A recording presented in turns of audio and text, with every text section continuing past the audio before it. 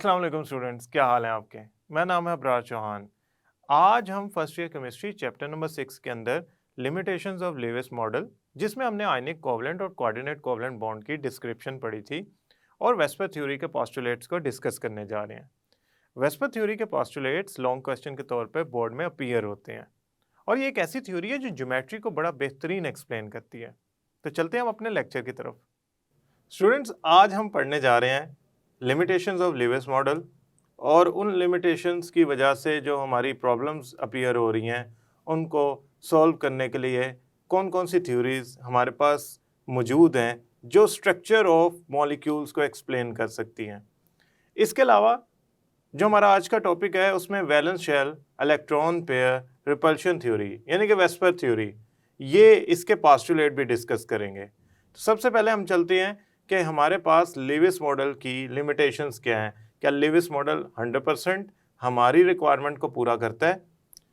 आपको याद होगा कि जब मैंने लेविस मॉडल के मुताबिक आयनिक बॉन्ड, कोवलेंट बॉन्ड और कोऑर्डिनेट कोवलेंट बॉन्ड पढ़ाया था तो मैंने आपको ये तो बताया था कि इलेक्ट्रॉन्स जो होते हैं, वैलेंस इलेक्ट्रॉन्स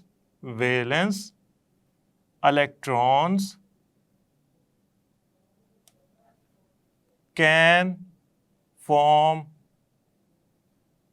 बॉन्ड्स, और ये भी बताया था कि कैसे फॉर्म करते हैं। मसलन आयनिक बॉन्ड के बारे में मैंने बताया था आपको, ionic bond is actually formed जब इलेक्ट्रॉन ट्रांसफर होता है।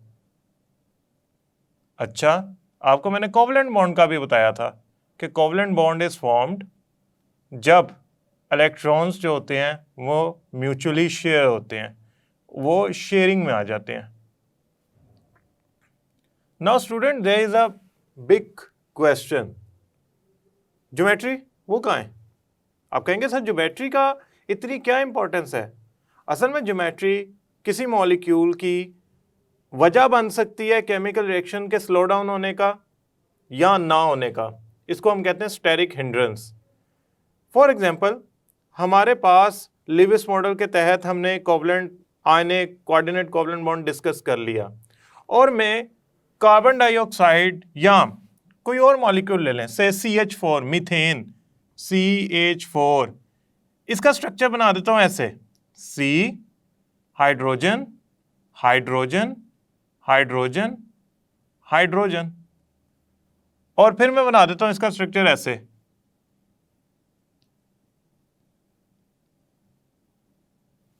अब मेरा एक सवाल होगा आपसे, आप प्रूव करें लेविस मॉडल के मुताबिक कौन सा स्ट्रक्चर करेक्ट है। आप कहेंगे लेविस मॉडल तो डिस्क्राइब ही नहीं कर रहा स्ट्रक्चर्स को।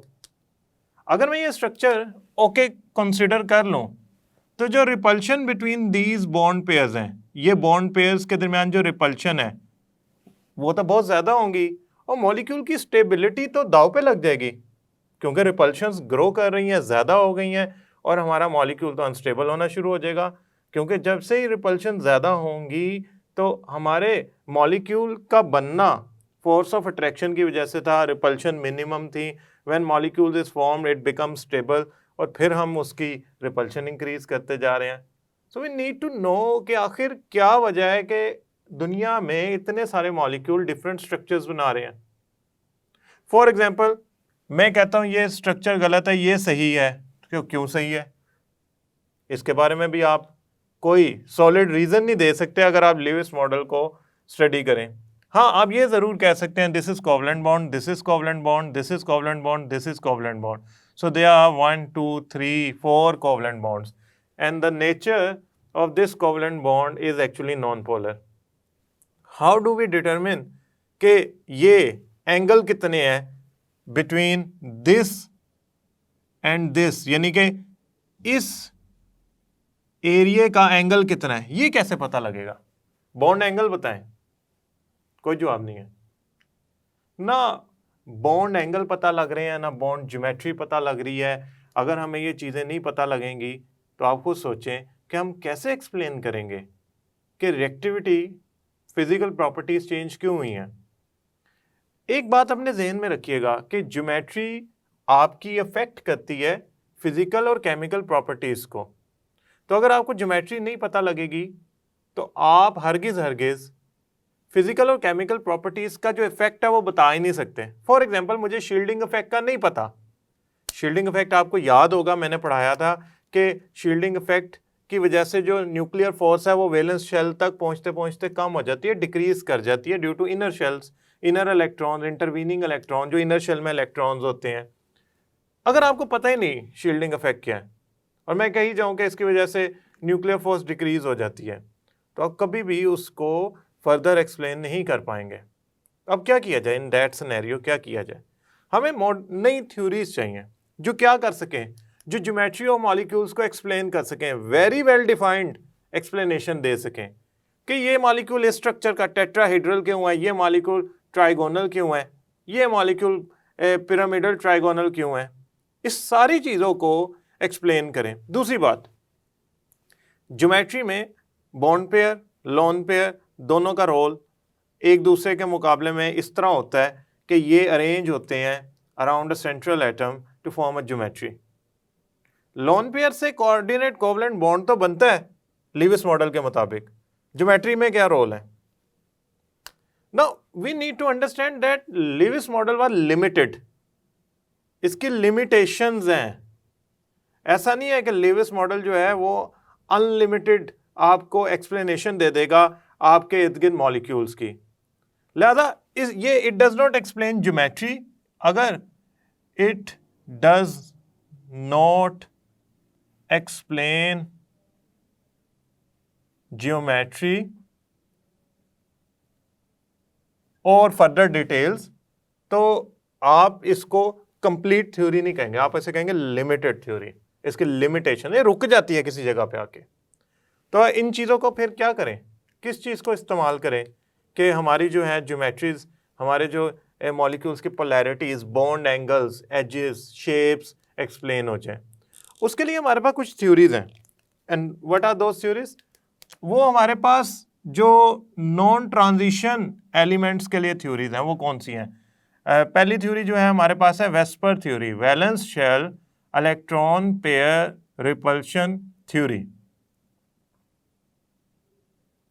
दूसरी है हमारे पास वैलेंस बॉन्ड थ्योरी। तीसरी है हमारे पास मॉलिक्यूलर ऑर्बिटल थ्योरी। ये वाली थ्योरीज जो है ना, ये अप्लाई होती हैं, ये वाली थ्योरीज अप्लाई होती हैं नॉर्मल एलिमेंट्स पे या नॉन ट्रांजिशन एलिमेंट्स पे। अब आप कहेंगे सर फिर ट्रांजिशन एलिमेंट्स के बारे में क्या ख्याल है? उनके लिए दो डिफरेंट थ्योरीज हैं। ऑल तो वो हमारे कोर्स का हिस्सा नहीं है, वो थ्योरीज ज़रूर अवेलेबल हैं। वो कौन सी थ्योरीज हैं जो ट्रांजिशन एलिमेंट्स को एक्सप्लेन करती हैं? वो थ्योरीज हैं crystal field theory, crystal field theory और लिगेंड फील्ड थ्योरी। ये दो थ्योरीज हैं जो हमारे ट्रांजिशन एलिमेंट्स को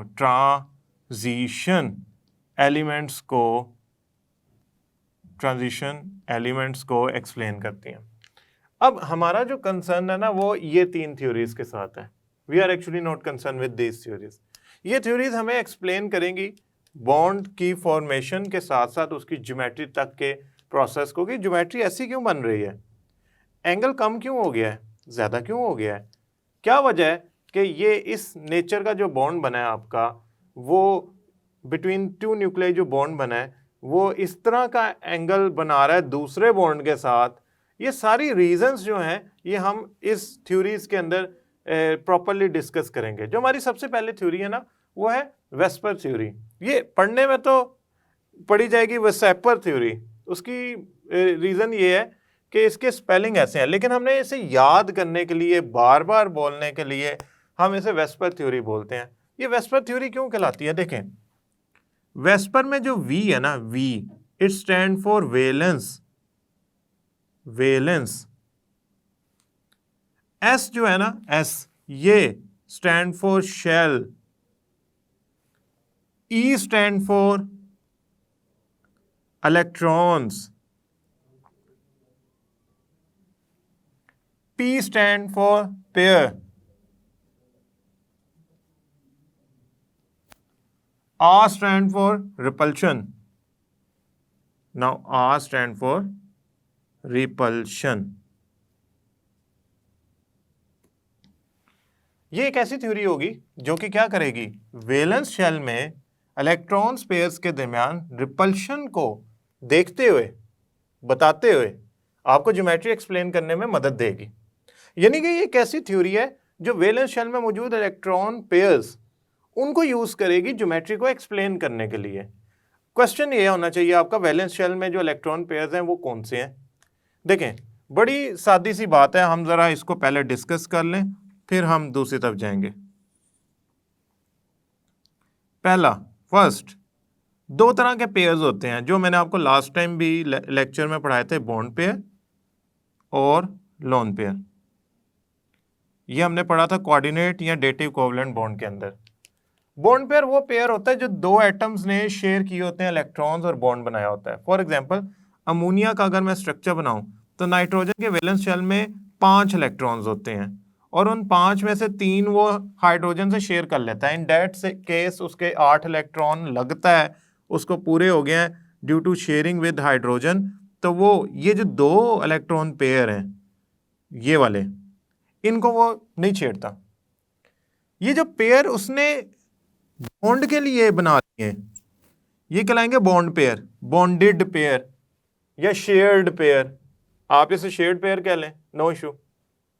ये जो पेयर ऑफ इलेक्ट्रॉन है जिसने बॉन्ड बनाने में हिस्सा नहीं लिया लेकिन वैलेंस शेल का हिस्सा है, ये कहलाएगा लोन पेयर।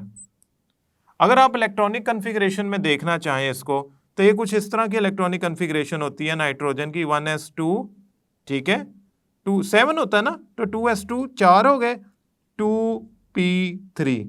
ये 2p के 3 इलेक्ट्रॉन्स तो बॉन्डिंग में हिस्सा ले गए। ये 2s वाला जो है ना ये लोन पेयर है। बॉन्ड पेयर और लोन पेयर ये valence electrons, valence orbit shell का हिस्सा है। लोन पेयर और बॉन्ड पेयर दोनों ज्योमेट्री बनाने में हिस्सा लेंगे इस थ्योरी के अंदर। Again, bond pair, lone pair दोनों हिस्सा लेंगे ज्योमेट्री शेप बनाने में इस थ्योरी के अंदर। This is you need to understand. अब स्टूडेंट्स आगे चलते हैं। 1940 में सिजविक एंड पॉवेल ने प्रिडिक्ट किया, बल्कि एस्टिमेट किया कि आपके ये जो पेयर्स ऑफ इलेक्ट्रॉन्स हैं ये ज्योमेट्री बनाने में हेल्प कर सकते हैं, ये ज्योमेट्री बनाने में आपकी मदद कर सकते हैं। यानी कि ये पेयर रोल प्ले करते हैं ज्योमेट्री बनाने में। और इस बात को मद्देनजर रखते हुए Nyholm and Gillespie formed valence shell electron pair repulsion theory. They pointed out कि ये हिस्सा लेंगे, ज्योमेट्री डिस्क्राइब की जा सकती है इनको इस्तेमाल करते हुए, और फिर उस बात को लेकर पूरी थ्योरी को डेवलप किया विद मल्टीपल पोस्टुलेट्स। किसने? इन दोनों साइंटिस्ट ने। So the valence shell electron pair repulsion theory is credited to these two, but actually have basis from Powell and Sidgwick. Now understand one thing, हमारा concern history से शायद इतना ना हो कि 1940s में ये थ्योरी आई, 1970 में आई, या कब आई या कैसे आई। हमारा as a chemist, as a analysis, as a analyst of structures and geometry of molecule, हमारा कंसर्न ये होगा ये थ्योरी अगर हम अप्लाई कर रहे हैं तो किस पे अप्लाई कर रहे हैं। ये आपके सामने पीरियोडिक टेबल है। इस पीरियोडिक टेबल के अंदर बहुत सारे एलिमेंट्स अरेंज हैं। इसमें ग्रुप ए के एलिमेंट्स, ग्रुप ए के एलिमेंट्स, इनके बारे में हम थ्योरीज डिस्कस कर रहे हैं। Valence shell, electron pair repulsion theory, VBT, MOT, इनके बारे में हम डिस्कस कर रहे हैं। नॉन ट्रांजिशन एलिमेंट्स, इनमें नोबल गैसेस को वैसे ही निकाल दें आप। क्यों? बॉन्ड बनाने नहीं पसंद करती, बॉन्ड बनाएगी तो ज्योमेट्री बनेगी ना। और ग्रुप 1, ग्रुप 7, ये है मोनोवेलेंट। अब मोनोवेलेंट क्या होते हैं? मोनोवेलेंट असल में ऐसे एलिमेंट्स होते हैं जिनकी सिंगल वैलेंसी होती है। मसलन फ्लोरीन, हाइड्रोजन दोनों मोनोवेलेंट है तो HF बनेगा। और HF की क्या ज्योमेट्री बन सकती है, खुद सोचें। यानी कि दो एटम्स आपस में जुड़े हों तो they will not be able to form geometry in a molecular form, यानी कि अगर वो मॉलिक्यूल की फॉर्म में कहीं घूम फिर रहे हैं, HF अकेला कहीं घूम रहा है, तो वो क्या ज्योमेट्री बनाएगा? तो मोनोवेलेंट यानी कि हम ग्रुप 1 और ग्रुप 7 को सेंट्रल एटम कंसीडर करते हुए ज्योमेट्री डिस्कस नहीं कर रहे हैं। अब मैंने यहाँ काफ़ी वर्ड ऐसे बोले हैं जिसको मेरा ख्याल है कि मुझे 1 बाय 1 एक्सप्लेन कर लेना चाहिए। सबसे पहली तो बात यह है कि मैं इस थ्योरी की बेसिक अजम्पशन लाऊं, फिर उस बेसिक थ्योरी की अजम्पशन में इस्तेमाल होने वाला सेंट्रल पॉलीवेलेंट एटम को डिस्क्राइब करूं, देन मैं इस थ्योरी के पोस्टुलेट्स बताऊं, देन मैं इसकी बताऊं कि इसमें किस टाइप के हम मॉलिक्यूल्स को डिस्कस करते हैं। बेसिक अजम्पशन स्टूडेंट, ये शॉर्ट क्वेश्चन भी आता है, write down the basic assumption of VSEPR theory. Students, बात यूं है कि इस बेसिक अजम्पशन में मैं कहना ये चाह रहा हूंगा कि आपकी इलेक्ट्रॉन पेयर्स कौन कौन से, bond pairs and lone pair, arrange होंगे किसके इर्द गिर्द? सेंट्रल एटम के इर्द गिर्द, जिसके इर्द गिर्द ज्योमेट्री बननी है। फॉर एग्जाम्पल, अगर आप इंसान की बात करें, इंसान की ये जो बॉडी है जिस पे हम शर्ट पहनते हैं, ये आप समझ ले सेंट्रल एटम है। इसके इर्द गिर्द हेड, मेरे बाजू और मेरी टांगे सर्टेन डायरेक्शन में अरेंज है। बाजू मेरी बॉडी, इस बॉडी के स्टार्ट में है, टांगे बाद में है, सर ऊपर है। तो ये वाला हिस्सा मेरा कहलाएगा सेंट्रल एटम, और इसके इर्द गिर्द जिस जिस डायरेक्शन में दूसरे एटम्स लगे होंगे वो उनकी अरेंजमेंट होगी। अभी मैं इसको एटम्स की फॉर्म में भी डिस्कस करता हूं, समझाने के लिए मैंने बताया। According to basic assumptions, the pair of electrons, कौन कौन से पेयर्स की बात कर रहा हूं? बॉन्ड पेयर और lone pair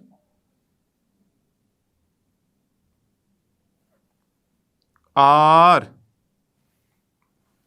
arranged around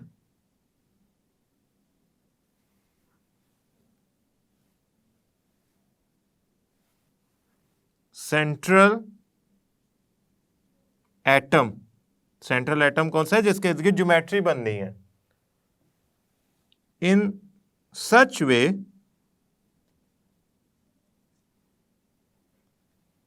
that they, यानी कि ये बॉन्ड पेयर्स और लोन पेयर क्या करेंगे? Remain at maximum distance to maintain. अब ये जो वर्ड है ना, ये मैं लिखने लगा हूं डिफरेंट कलर से। Minimum repulsion. अब स्टूडेंट इसको प्रॉपरली एक्सप्लेन करते हैं, फिर आगे चलेंगे।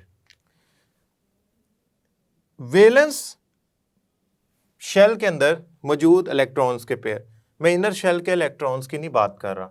मसलन अगर मुझसे कोई कहे कि नाइट्रोजन के 1s2 के बारे में सर आप बात कर रहे हैं, नो, मैं वैलेंस इलेक्ट्रॉन्स की बात कर रहा हूँ। ओके, वैलेंस इलेक्ट्रॉन क्या क्या बना सकते हैं? Bond pair, lone pairs, nitrogen ने जैसे बनाए हुए हैं।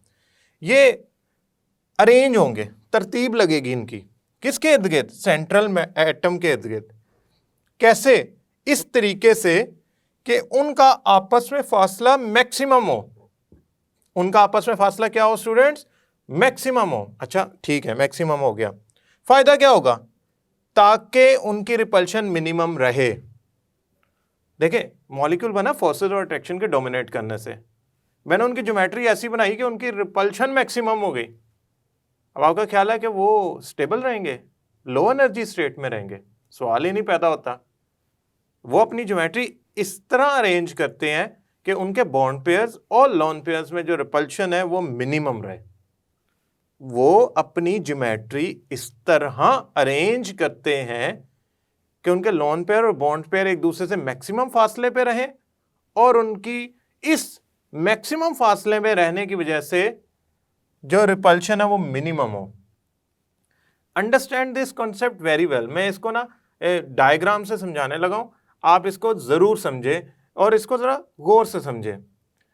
ऐसा करते हैं, हम इसको डायग्राम बनाते हैं। सबसे पहले स्टडी करते हैं CO2 को, फिर हम स्टडी करेंगे, हमारे पास है SO3, SO3 की साथ साथ अच्छा CO2, इसके अलावा हमारे पास क्या होता है, हमारे पास होता है MgCl2, इसके अलावा SO3, यानी कि ये क्योंकि डबल बॉन्ड वाले कंपाउंड है तो मैं चाह रहा हूँ कि इसके साथ ऐसा कोई कंपाउंड आ जाए जिसमें डबल बॉन्ड ना हो। इसके लिए ले लेते हैं हम बोरॉन BF3, ओके, और लेते हैं हम, ऐसा करते हैं अमोनिया और CH4। सबसे पहले हम ये सारे मॉलिक्यूल ज्योमेट्रीज बनाएंगे। हम ऐसा करते हैं, इसमें से CH4 को देखते हैं। स्टूडेंट, ये आपके सामने CH4 का मॉलिक्यूल है। मैंने अभी इसके बॉन्ड्स रैंडमली प्लेस किए हैं। ये बॉन्ड्स हैं क्या? ये बॉन्ड इलेक्ट्रॉन के पेयर्स हैं, सेम चार्जेस हैं। रिपल्शन होगी? यकीनन होगी। एक दूसरे को दूर भेजेंगे? यकीनन भेजेंगे। क्यों? ताकि रिपल्शन मिनिमम हो। देखें स्टूडेंट्स, ये अरेंज हो रहे हैं और इस तरह अरेंज हो रहे हैं कि इनके एक दूसरे से फासला बढ़ना शुरू हो गया। चूंकि कार्बन ने सारे बॉन्ड हाइड्रोजन से बनाए हुए हैं, लिहाजा ये एक दूसरे से इक्वल डिस्टेंस पे होंगे, क्योंकि इनकी रिपल्शन एक जैसी होगी एक दूसरे के साथ। और ये जो आपस में एंगल बनाएंगे 109.5 डिग्री का होगा, और ये जो ज्योमेट्री होगी ये टेट्राहेड्रल होगी। इसका मतलब ये है कि मैंने आपको जनरल आइडिया दिया कि इलेक्ट्रॉन पेयर्स, जो शेयर्ड पेयर ऑफ इलेक्ट्रॉन्स हैं, they can be part of geometry explanation. क्यों? उनके जरिए मैंने बताया ज्योमेट्री क्यों ऐसी हो रही है, रिपल्शन की वजह से। ओके, अमोनिया की बात करें। अमोनिया में एक लोन पेयर है, 3 बॉन्ड पेयर है। मैंने इसको रैंडमली प्लेस किया। अब लोन पेयर जो होता है ना, उस पर एक न्यूक्लियस का होल्ड होता है, लिहाजा वो ज्यादा स्पेस ऑक्यूपाई करता है, ज्यादा वो मूव कर सकता है, ज्यादा जगह घेरता है, उसका जो चार्ज होता है फैला हुआ होता है। तो वो डेफिनेटली इन बॉन्ड पेयर्स के मुकाबले में ज्यादा रिपल्शन इंट्रोड्यूस कराएगा, जिससे उसकी ज्योमेट्री CH4 से डिफरेंट हो जाएगी। इसी तरह CO2 की ज्योमेट्री देखें। अगर मैं इन दोनों बॉन्ड्स को यूं जोड़ के बनाता हूं तो उनमें रिपल्शन मैक्सिमम होगी, वो सीधे हो जाएंगे, 180 का एंगल आ गया। Same for the MgCl2। अच्छा, अब ये देखें SO3 या BF3 में जो स्ट्रक्चर बन रहा है ना, वो इंडिकेट कर रहा है कि इन्होंने एक प्लेन के अंदर 3 कोने ऑक्यूपाई कर लिए हैं रिपल्शन को मिनिमम करने के लिए, और इनमें जो एंगल बन रहा है वो आइडियली 120 डिग्री का बन रहा है। तो मैंने इस बात को अपने जहन में बिठा लिया कि repulsion can be a reason जो ज्योमेट्रीज को एक्सप्लेन कर सके। Repulsion between the pairs, bond pairs electron के या लोन पेयर्स इलेक्ट्रॉन के, कैन बी अ रीजन जो ज्योमेट्री को एक्सप्लेन कर सकती है। अब चूंकि मैंने इसका थोड़ा सा आइडिया दे दिया है, लिहाजा मैं इनको थोड़ा थोड़ा यूज करता रहूंगा ज्योमेट्री के फॉर्म में कि मैं आपको पॉइंट्स को एक्सप्लेन कर सकूं। Postulates. Now this is a long question. Postulates.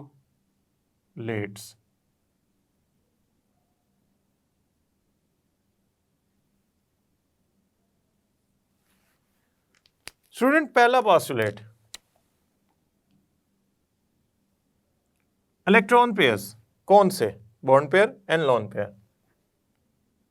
Bond pair and lone pair both take part in structure formation, geometry formation, shape formation। तो आप जो मर्जी लिख लें, आप लिख लें शेप फॉर्मेशन, ज्योमेट्री फॉर्मेशन या स्ट्रक्चर फॉर्मेशन। ठीक है, आप तीनों वर्ड लिख सकते हैं क्योंकि अल्टीमेटली वो एक सर्टेन शेप ही बनेगी। Shape formation of molecule. दूसरा, ये जो बॉन्ड पेयर और लोन पेयर्स हैं, ये सेंट्रल एटम के इर्द गिर्द इस तरह अरेंज होते हैं कि वो रिपल्शन मिनिमम रख सकें। Bond pairs and lone pairs will be at maximum distance to avoid repulsion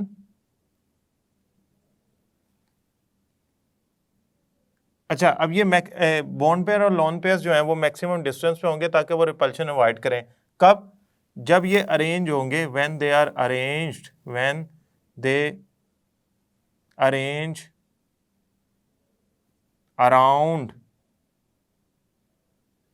central atom। Now अब मैं सेंट्रल एटम की बारी पे आता हूं। CH4 C, ठीक है, 1 2 3 4, कितने इलेक्ट्रॉन है? 4। कितनी डिमांड है? 4 की। क्या करें? ऑक्टेट रूल पूरा करें। कर लिया, इतना कौन सा मसला है। हम इधर हाइड्रोजन जोड़ते हैं।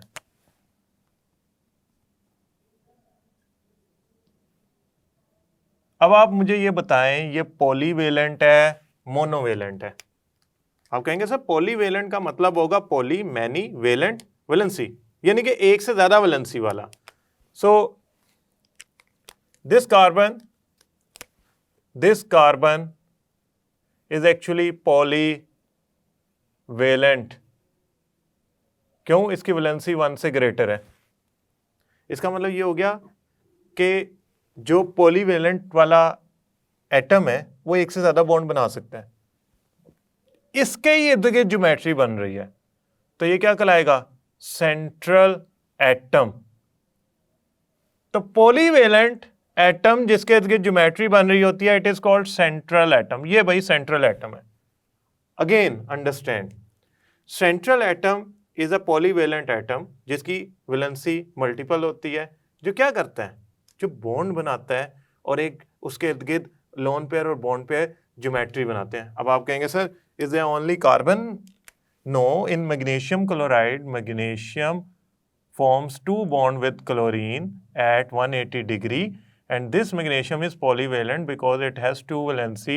2 bond बनाता है, तो मैं कहूंगा ये polyvalent है। क्यों? 2 valency है ना। तो central atom is the atom around which geometry is developed and it has more than 1 valency। Students याद रखिएगा, ये असल में जो हमारा जिस्म है ना, जो हमारे जिस्म का ये वाला पार्ट है, बॉडी जिसे हम सीना कहते हैं, ये हिस्सा आप कार्बन समझें, ये समझें 2 लेग्स हैं, ये 2 हैंड्स हैं समझने में। ओके, तो अब हुआ क्या है? हुआ ये है कि बॉन्ड पेयर्स फासला पैदा कर रहे हैं एक दूसरे से। देखिए फासले पे हैं, ये जुड़े नहीं हुए, फासले हैं इनमें। ये देखें बॉन्ड पेयर्स में, क्यों? ताकि वो एक दूसरे से रिपल्शन मिनिमम कर सकें।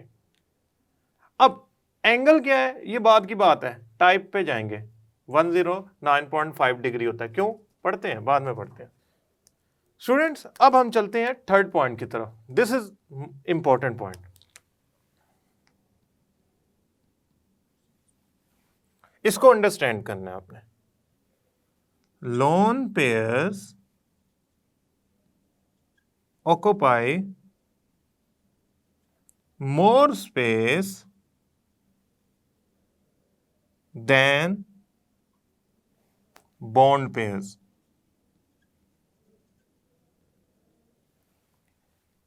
अच्छा, मैंने क्वेश्चन मार्क इसलिए डाला है कि ये शॉर्ट क्वेश्चन इस तरह आता है कि लोन पेयर्स ज्यादा क्यों फैले होते हैं, ज्यादा जगह क्यों खेलते हैं, उनका चार्ज स्प्रेड क्यों होता है ज्यादा। देखिए मैंने ना कुछ वर्ड्स बोले हैं, केमिस्ट्री की लैंग्वेज अपनी है। अगर मैं बायो पढ़ा रहा हूं और मैं मोल बोल रहा हूं, मोल MOLE, तो मैं किसी जानवर को रेफर कर रहा हूं। अगर मैं मोल बोल रहा हूं केमिस्ट्री में, तो मैं एक न्यूमेरिकल वैल्यू को रेफर कर रहा होता हूं जो मैंने कैलकुलेट की होती है मैस को मोलर मैस से डिवाइड करके। सेम इसी तरह ना केमिस्ट्री में कुछ वर्ड्स होते हैं जो आपको हेल्प करते हैं आपके कॉन्सेप्ट को एक्सप्लेन करने में। मैं ये कह रहा हूं कि लोन पेयर ज्यादा जगह घेरते हैं, यानी कि उनका चार्ज स्प्रेड हुआ होता है। कैसे भला, इसको मैं अब आपको एक्सप्लेन करता हूं as compare to bond pair. Nitrogen ये लोन पेयर है, ये 3 हाइड्रोजन है। अच्छा, ये जो लोन पेयर है ना, it has more spread of charge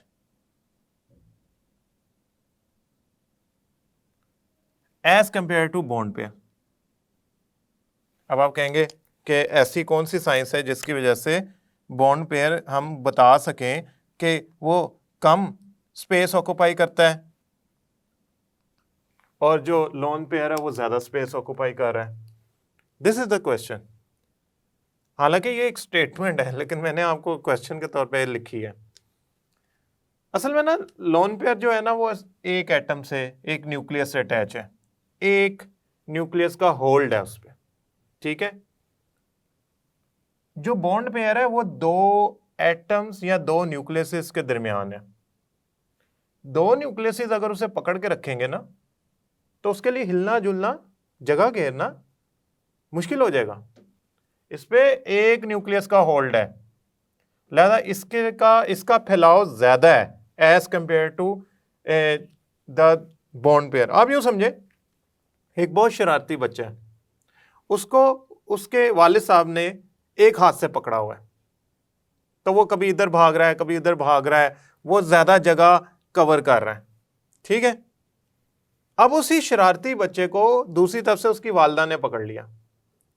अब वो 2 पेरेंट्स के दरमियान उस तरह नहीं भाग के शरारतें कर सकेगा 2 पेरेंट्स के पकड़ने की वजह से। क्यों? 2 न्यूक्लियस का होल्ड आ गया है उस शरारती बच्चे पे, जिसे मैं पेयर कह रहा हूं इलेक्ट्रॉन का।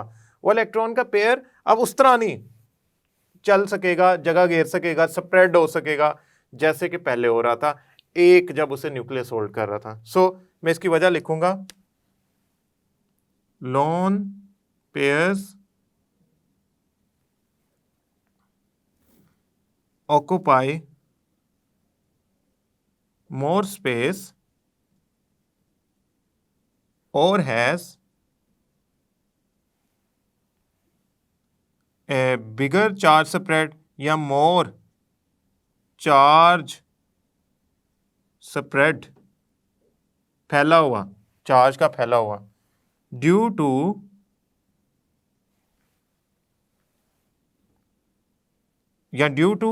या because it is held due to की बजाय हम लिख लेते हैं because it is held by 1 nucleus. अब इसका उल्ट पढ़े, उलट ऑपोजिट। मैंने क्या बताया? मैंने बताया लोन पेयर इसलिए ज्यादा स्प्रेड हो जाता है चार्ज की फॉर्म में, दिस इज चार्ज की फॉर्म में इसलिए ज्यादा स्प्रेड हो जाता है, यहां ज्यादा जगह इसलिए घेरता है क्योंकि उसे एक न्यूक्लियस ने होल्ड किया होता है। इसको उल्टा पढ़े, बॉन्ड पेयर, लोन पेयर नहीं, बॉन्ड पेयर कम जगह इसलिए घेरता है या उसका चार्ज स्प्रेड लोन पेयर की तरह नहीं हो सकता क्योंकि उसे 2 न्यूक्लियस ने होल्ड किया होता है। Again understand the difference. Bond pair को कितने न्यूक्लियस ने होल्ड किया? 2, वालिद साहब, वालदा, शरारती बच्चा। अब वो उसके लिए मुश्किल है स्प्रेडिंग या स्पेस ऑक्यूपाई करना। लोन पेयर को कितने न्यूक्लियस ने होल्ड किया? 1 ने, तो अब वो ज्यादा फैल सकता है। तो आप इसके आगे लिखेंगे कि चूंकि आपने ये लिखना है, एक्सप्लेन करना है पोस्टुलेट में कि सिंस आपका जो न्यूक्लियस होल्ड है वो 2 न्यूक्लियस का है बॉन्ड पेयर पे, लिहाजा उसका इतना ज्यादा स्पेस ऑक्यूपाई करना बनता नहीं है जितना लोन पेयर कर रहा है। इसका मतलब ये भी है, अगर लोन पेयर ज्यादा स्पेस ऑक्यूपाई कर रहा है तो वो ज्यादा रिपल्शन प्रोड्यूस कर रहा होगा। वो शरारती बच्चा अगर ज्यादा स्पेस ऑक्यूपाई कर रहा है तो ज्यादा शरारतें कर रहा होगा।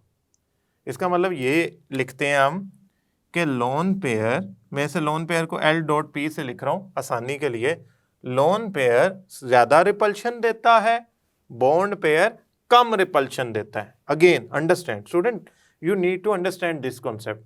लोन पेयर ज़्यादा रिपल्शन देता है, बॉन्ड पेयर कम रिपल्शन देता है। इसका मतलब ये होगा कि अगर मैं लोन पेयर और लोन पेयर पे रिपल्शन देखूं तो वो मैक्सिमम होगी बानिस्बत अगर मैं लोन पेयर और बॉन्ड पेयर की रिपल्शन मेजर करूं।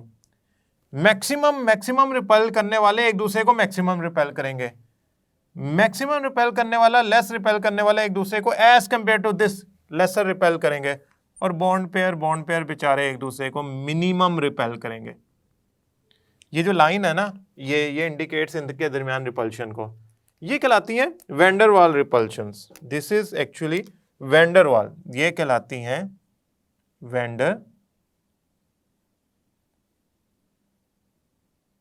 Walls repulsion.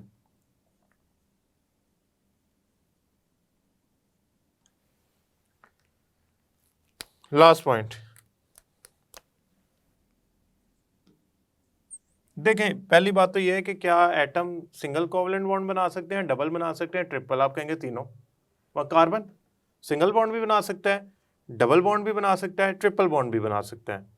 फॉर एग्जाम्पल आपके सामने ये तीन इथेन, इथीन, इथाइन तीन मॉलिक्यूल हैं। इसमें कार्बन और कार्बन के दरमियान इथेन में सिंगल बॉन्ड है, इथीन में डबल बॉन्ड है, इथाइन में ट्रिपल बॉन्ड है। इसका मतलब atoms can form multiple covalent bonds. Atoms can form multiple covalent bond. हमने करना क्या है, मैं आपको बताना क्या चाहता हूं। मैं मानता हूं कि जो सिंगल बॉन्ड होगा उसमें चार्ज डेंसिटी कम होगी, डबल बॉन्ड है उसमें चार्ज डेंसिटी ज्यादा होगी, ट्रिपल बॉन्ड है उसमें चार्ज डेंसिटी बहुत ज्यादा होगी। वजह बताता हूं। ट्रिपल बॉन्ड के अंदर कितने इलेक्ट्रॉन बॉन्डिंग में हिस्सा ले रहे हैं? 6, 3 1 के, 3 1 के। डबल बॉन्ड में कितने हिस्सा ले रहे हैं? 2 1 के, 2 1 के, टोटल 4 हो गए। और सिंगल बॉन्ड में कितने इलेक्ट्रॉन पेयर हिस्सा ले रहे हैं? एक पेयर हिस्सा ले रहा है, 2 इलेक्ट्रॉन हो गए, 1 1 का, 1 1 का। चार्ज डेंसिटी ऑटोमेटिकली इसकी ज्यादा होगी। बट हम जब वेस्पर थ्योरी को स्टडी कर रहे होते हैं तो हम ये अज्यूम करते हैं कि ये तीनों डिफरेंट किस्म के जो बॉन्ड्स हैं वो behave as a single bond ही कर रहे होंगे। तो मैं यहां लिखता हूं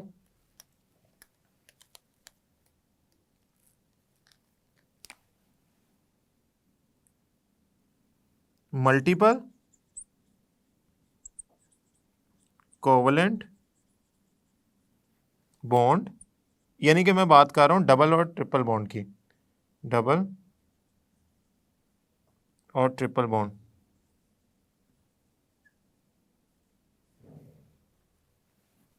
मैं ये अज्यूम कर रहा हूं behave as single bond in geometry determination of molecule in Vesper theory.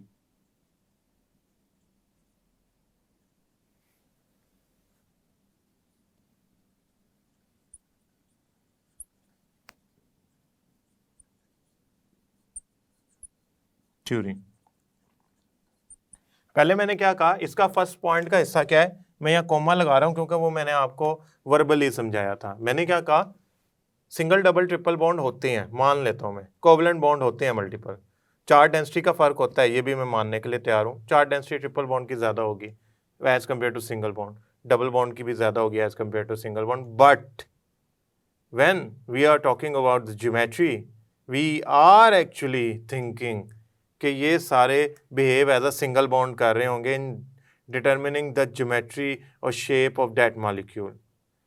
Student, ये कॉन्सेप्ट जो है ना, ये बड़ा आपके लिए आइडियल लग रहा होगा। इसका मतलब ये है कि इसमें भी तो कुछ प्रॉब्लम्स होंगी, कुछ मॉलिक्यूल्स की ज्योमेट्री ये सही तरह एक्सप्लेन नहीं कर पाता।